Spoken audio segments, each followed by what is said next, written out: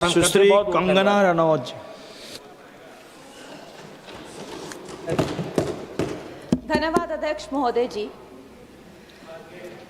अध्यक्ष जी, मैं कल एक पॉडकास्ट कर रही थी जहां मेरी जो होस्ट थी, जो इंटरव्यूअर थी, वो भी एक महिला थी। तो उन्होंने मुझसे कहा कि महिला आरक्षण बिल आ रहा है तो विपक्ष ये कह रहा है, वो कह रहा है। तो मैंने उन्हें एक सवाल पूछा। मैंने कहा, आप अपने दिल पर हाथ रख के कहिए, in the history of mankind, in the history of womankind, in the history of the world, क्या कभी भी महिलाओं को ये प्रिविलेज मिला है? क्या कभी भी महिलाओं के लिए ऐसा स्वर्णिम काल, जिसे अमृत काल कहा जाता है? मैंने कहा, आप दिल पे हाथ रख के बताइए कि isn't it the best time to be a woman? और वो मुस्कुरा के, almost she giggled and laughed. She said, yes, this is the best time to be a woman.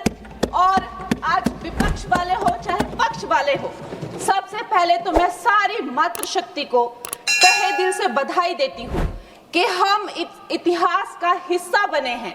जो आज तक महिलाओं की एक इमेज रही है, सब महिलाओं ने बात रखी अपनी। चाहे हम लोग आज भी हर दिन पेपर में पढ़ते हैं, बेटियों को जहर देके मार दिया गया, चाहे हम हर एक महिला के दिल में एक दर्द है अध्यक्ष महोदय।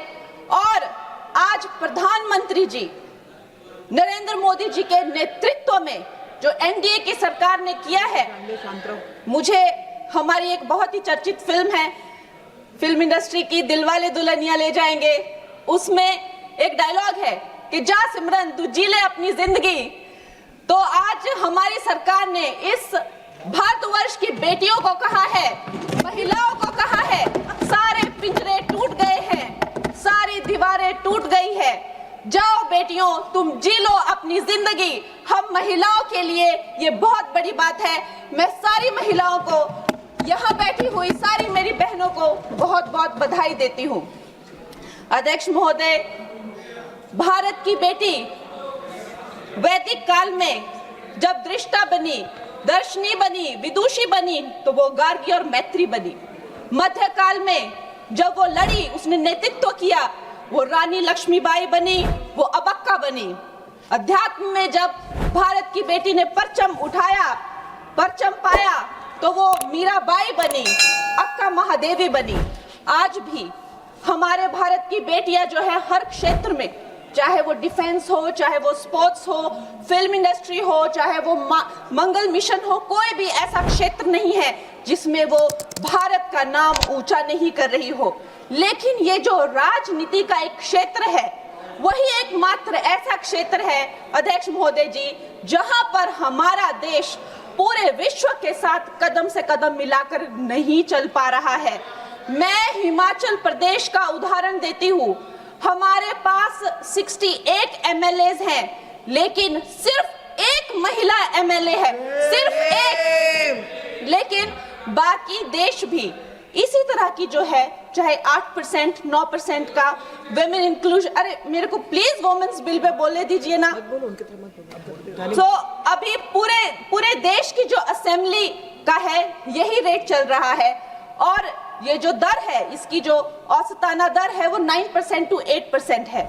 लोकसभा में जबकि हमें 13% तक पहुंचे हैं, लेकिन ये वैश्विक दर दूर दूर तक कहीं वो वैश्विक दर के नजदीक नहीं है। लेकिन आज जब ये महान उत्सव हमारी जिंदगियों में आया है, तो प्रधानमंत्री जी का एक शब्द मुझे याद आता है कि पेट में चूहे दौड़ना। कांग्रेस के पेट में जब भी कुछ अच्छा होने लगता है तो चूहे इनके दौड़ने लगते हैं, और वैसे ही चूहे दौड़ने शुरू हो गए हैं। अभी प्रियंका गांधी जी कह रही है कि संविधान ही बदल देंगे, यहाँ पे जो है डेमोक्रेसी ही खत्म कर देंगे, कुछ भी करने को जाते हैं तो डेमोक्रेसी खत्म कर देंगे।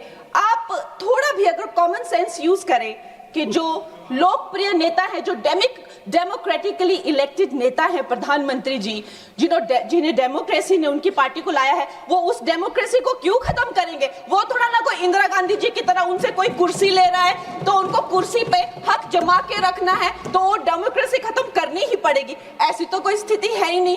तो जैसे प्रधानमंत्री जी ने कहा कि अगर किसी के लिए डेमोक्रेसी वर्क करती है तो वो मेरे लिए ही सबसे ज्यादा वर्क करती है, तो इतना तो कॉमन सेंस होना चाहिए।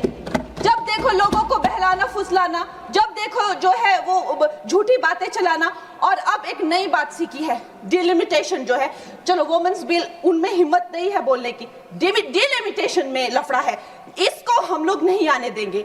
अरे प्रियंका गांधी जी, जब लास्ट टाइम डिलिमिटेशन तो कोई बीजेपी का तो कोई प्रोसीजर है नहीं, एक ये संवैधानिक ये एक प्रोसीजर है, हर 11-11 साल में होता था, 51 में हुआ, 61 में हुआ, 71 में हुआ। 71 में जब हुई डिलिमिटेशन तो 61 करोड़ जो है वो भारतीय थे।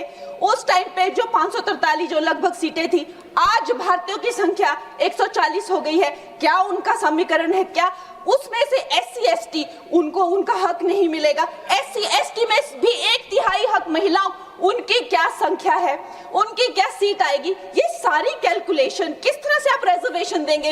140 करोड़ जो अब महिलाएं हैं तो they should not be accounted for. इस तरह की ये बहकी बहकी बातें कर रहे हैं। अभी मेरी बहुत अच्छे मित्र हैं यहाँ जून TMC के जो MP हैं, उन्होंने कहा कि 33% रिजर्वेशन क्यों दे रहे हो, 85% दे दो। अरे आप थोड़ा तो कॉमन सेंस यूज करिए। अगर आप जो है 33% दे रहे हैं, लेकिन जो बाकी सीट्स है उन किसी भी सीट पे वो ओपन सीट्स है, वो महिलाओं को लड़ना जो है उस पे कोई भी किसी तरह का बैन नहीं है। 14% हम ऑलरेडी पहुंच गए हैं। तो जून जी, मैं आपको ये कहना चाहूंगी कि लगभग 50% से ज्यादा महिलाओं का पार्टिसिपेशन होगा इस महिला बिल के बाद। तो अध्यक्ष महोदय जी, सोनिया गांधी जी कहती हैं कि इनको इतनी जल्दी क्यों है, ये महिला बिल इतना जल्दी में क्यों लाते हैं? तो आपकी तरह होना चाहिए था कि 30 साल जो है आपने इस बिल को लटका के। से अग्री करती हूँ कि प्रधानमंत्री जी जो है महिलाओं को न्याय दिलाने के लिए जल्दी में है, क्योंकि जो काम 60 साल में नहीं हुए वो उन्होंने 10 साल में ही करके दिखा दिए।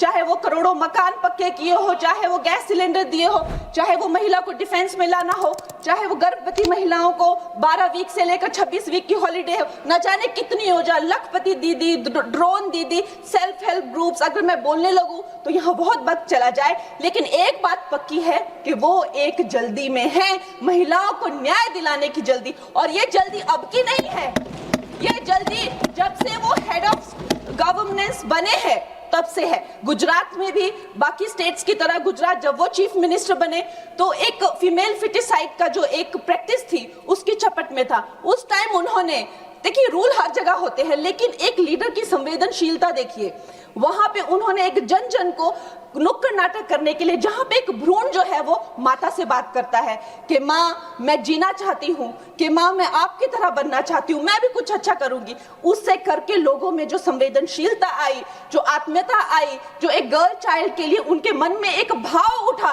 उसके करके आप देखिए इंडिपेंडेंट इंडिया की हिस्ट्री में 1000 मेल चाइल्ड पर पहली बार 1020 फीमेल चाइल्ड हुए हैं। ये प्रधानमंत्री जी की कमिटमेंट है फॉर गर्ल चाइल्ड। लेकिन इन लोगों को जो है इस बात का दुख होता है। अध्यक्ष महोदय जी, मैं आपसे ज्यादा अध्यक्ष महोदय जी, मैं ये बात आपके संज्ञान में लाना चाहती हूँ कि एक तरफ तो प्रधानमंत्री जी की नीति है और दूसरी तरफ जो है वो है कांग्रेस के लोग, विपक्ष के लोग आप कह लीजिए। MLA फूल सिंह जी ने इसी जनवरी में कहा कि अगर महिलाएं आकर्षक होंगी तो रेप तो होंगे ही। सोचिए, ये इनकी मानसिकता है। TMC के MP तपस पाल ने कहा, I will let loose my men to rape your women। ये इनकी मानसिकता है महिलाओं के लिए। मुलायम सिंह यादव जी ने कहा था, आज धर्मेंद्र यादव जी कह रहे थे ना कि हम फेमिनिस्ट हैं, उन्होंने कहा था कि अगर ये बिल आएगा तो सिर्फ जो अर्बन महिलाएं हैं वही पार्लियामेंट में आएगी और उसके करके जो है सीटियां और तालियां बजाने की जैसे जो है पुरुष काम करेंगे, उनको कौन संभालेगा? ऐसी इनकी मानसिकता है बेटियों के लिए।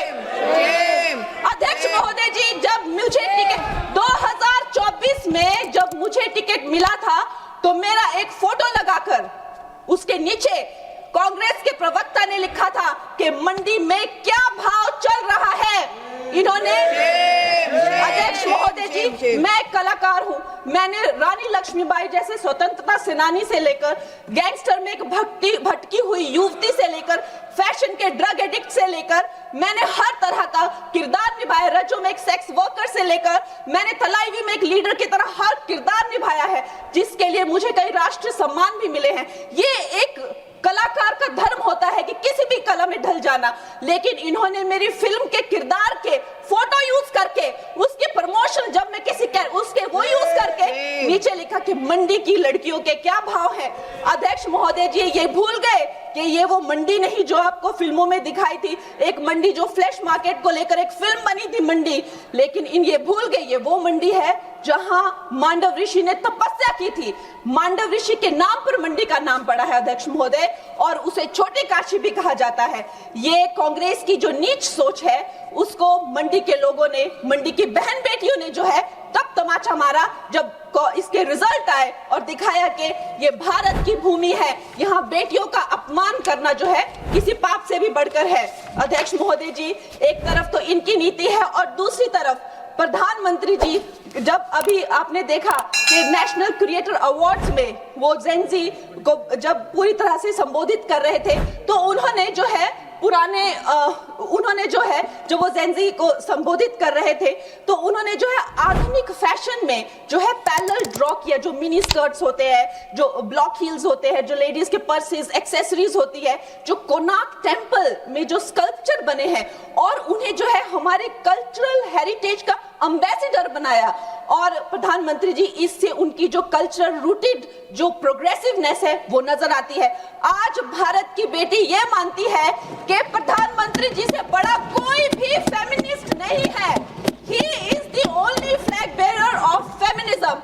और ये भारत की बेटियां जो है सदा उनकी आभारी रहेगी, जो उन्होंने भारत की महिला शक्ति में, मातृशक्ति में विश्वास दिखाया है, उसके लिए हम सदा आभारी रहेंगे। मैं अपनी पार्टी को बधाई देती हूं और साथ ही सब महिलाओं को धन्यवाद। ताज़ा खबरों के लिए लाइक, फॉलो और यूट्यूब पर सब्सक्राइब कर बेल आइकन दबाएं। साथ ही हर अपडेट के लिए विजिट करें swedeshlive.com।